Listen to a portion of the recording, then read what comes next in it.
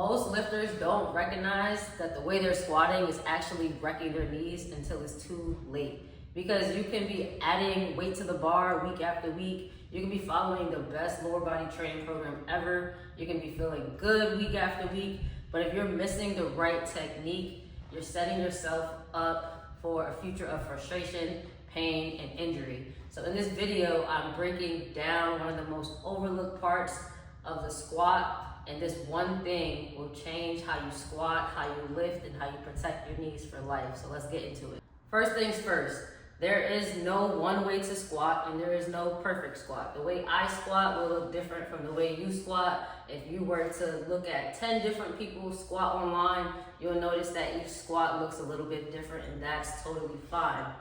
But there are key principles that need to be applied across the board, especially when you're talking about keeping your knees safe and also continuing to progress year after year in your training and your fitness goals without having knee pain that completely sidelines you. Today we're breaking down one of the most overlooked parts of the squat, your torso angle. And when I say torso angle, all I'm referring to is the angle between your torso, your upper body, and your femurs or your thighs.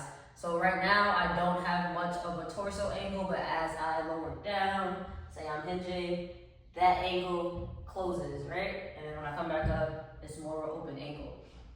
So depending on your torso angle, you're going to be putting stress on different areas of your body in a good or bad way.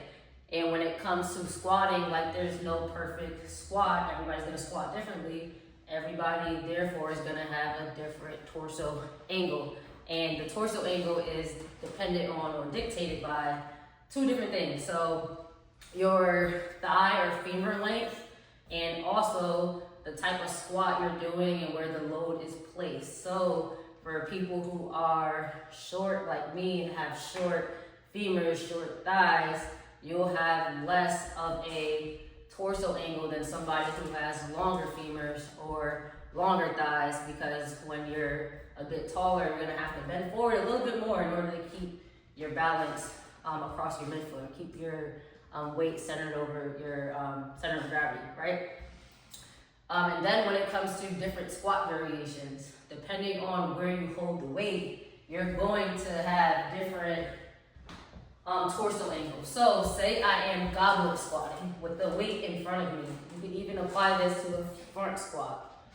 If I'm goblet squatting, having the load placed in front of me is gonna allow me to be more upright, as opposed to if I had a barbell on my back and I lower it down like that.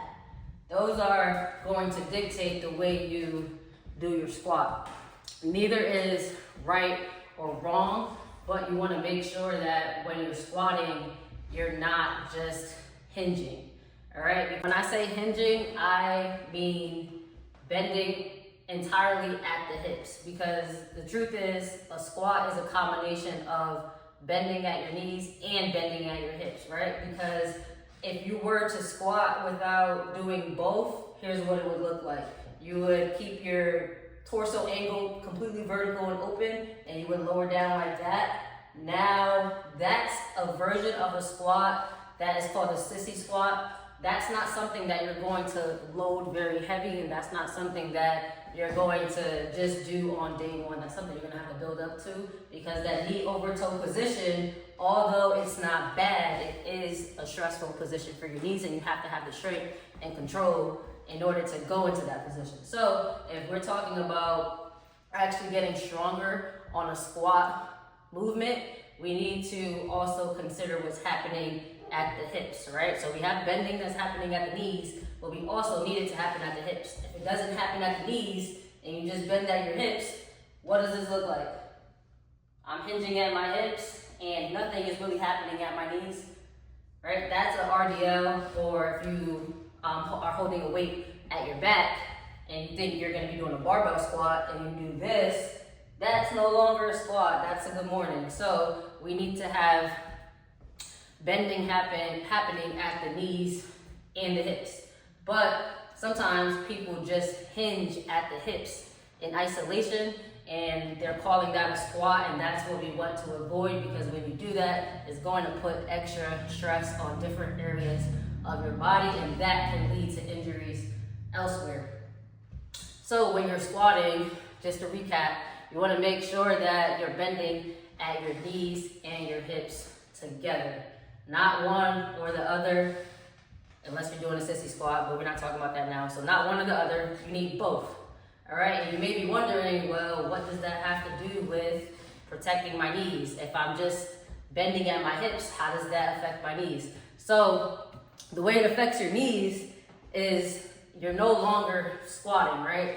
And squats are a really, really, really important movement to master and get strong at in order for you to have pain-free knees, especially as we get older, all right?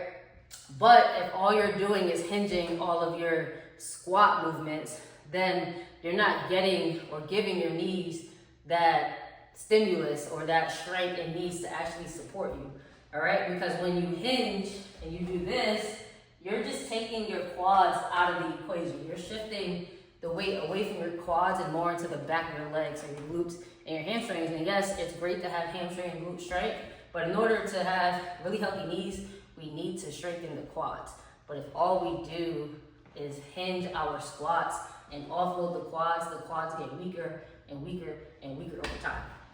And when you have weak quads, your knee joints are left with less protection and less support. So that's how your pain that you're experiencing in the gym with squats and lunges and step-ups, all these knee-dominant movements, it actually starts to creep into your daily life. Now you're starting to have pain when you get up from your desk chair, when you get out of your car, when you go up and down stairs. That's how that cycle starts. So in order to really make sure that you're keeping your knees healthy, you're squatting in a way that's beneficial for your fitness goals, your training goals, and your life, you have to make sure that you're squatting with the right form. And it really all starts at the torso angle. You don't want to be hinging without bending the knees.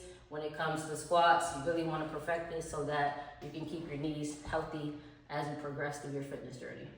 So after you're done watching this video, I want you to record yourself squatting. I don't care if it's a body weight squat, a goblet squat where you're holding the weight in front of you, a front squat where you have the barbell at your shoulders or collarbones, barbell back squat, high bar, low bar, don't care. Record yourself squatting from the side in this position, and these are the things I want you to look at specific to the torso angle. So I'm going to show you a goblet squat, and this is the correct way to do it. My chest is going to stay up. I have a slight forward lean and I'm sitting into my hips, all right? You want to make sure that you're not completely hinging like we talked about. This is an exercise, but when it comes to squatting, that's not what we're looking for, because that's just hinging at your hips and you're offloading your quads. And for knee health and keeping strong, pain-free knees while you're training pretty much forever, we have to make sure we are not offloading the quads. We need our quads to be strong as fuck, okay? Next thing, we want to make sure that you're not just doing this. That is a squat variation. That's a sissy squat, but when we're talking about loaded squats, we're not really loading up sissy squats too much.